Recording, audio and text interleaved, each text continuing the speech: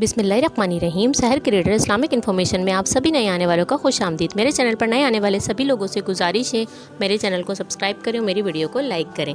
बिस्मिल्लाहिर्रहमानिर्रहीम। इस मर्तबा ऐसा ना करें। हमारी एक कज़न है जिन्होंने ज़िंदगी की काफ़ी मुश्किलात गुजारी हैं और दुखों ने इनको वक्त से पहले ही बूढ़ा कर दिया है। अब तो इनका मिजाज ही ऐसा बन गया है कि खुशी भी इनको खुशी नहीं देती। मतलब इनकी तबीयत इंतहाई रंजीदा सी हो गई है। अभी कुछ दिन पहले इनसे बात हुई और मैंने इनसे ईद की तैयारियों के मुतालिक सवाल किया। हालांकि मैं इनका जवाब पहले से जानती थी कि वो क्या कहेंगे। तो कहने लगी, क्या ईद और ईद की तैयारियां ये सब तो दिल की खुशी पर होता है। हमारे लिए ना ये दिन ईद का है, आम दिनों की तरह है। ना कहीं आना और ना कहीं जाना, बस घरों में ही गुजार देते हैं। दुखों के घेरे में ये बात सिर्फ कज़न की नहीं बल्कि हमारे माशरे में कई लोगों का ये मुस्तकबिल रवैया है, खुशी को महसूस ही नहीं करना। और पिछले कई सालों में मैंने अपने इर्द गिर्द के बहुत से लोगों में ये बात बहुत महसूस की है कि वो ईद के दिन किसी शौक की तरह मनाते हैं। अव्वल तो कुछ लोग तैयार होने की जहमत ही नहीं करते और अगर हो भी जाएं तो ईद की नमाज के बाद किसी से मिलने की ज़रूरत ही महसूस नहीं करते और सारा दिन सोकर गुजार देते हैं। और वजूहात के कोई किसी की बेवफाई के गम में नहीं निकल पा रहा, कोई मनपसंद शख्स की बेरुखी में घुला जा रहा है, कोई दुनिया से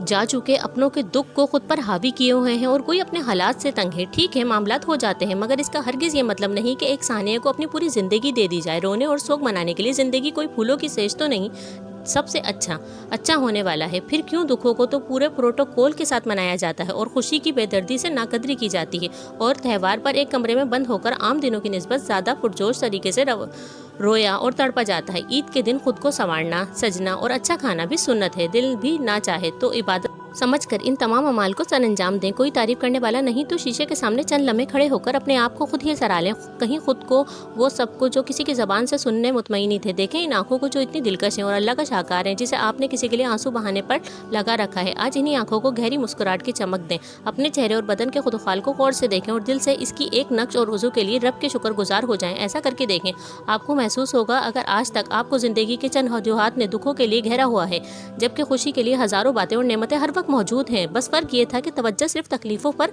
मरकूज थी। कोशिश करें इस बार ईद की नाकदरी ना हो। जिस रिश्तेदारों से मिलना मुमकिन है, मुलाकात नहीं है, जो दूर हैं, इन्हें कॉल करें, बदलें खुद को ताकि जहन को खुशी का पैगाम जाए और आपके एहसास इस पैगाम की पैरवी कर सकें। दुनिया से जा चुके अपनों की याद आए तो बेहतरीन अमल सदका जारिया के लिए इनकी नाम की कोई चीज़ इंसानी खिदमत के लिए लगवा दें जो इस्तेमाल होती रहे और इनके अमल में इजाफे का बाइस बनती रहे। दुआएं मगफिरत करते रहें, जैसे करते रहें।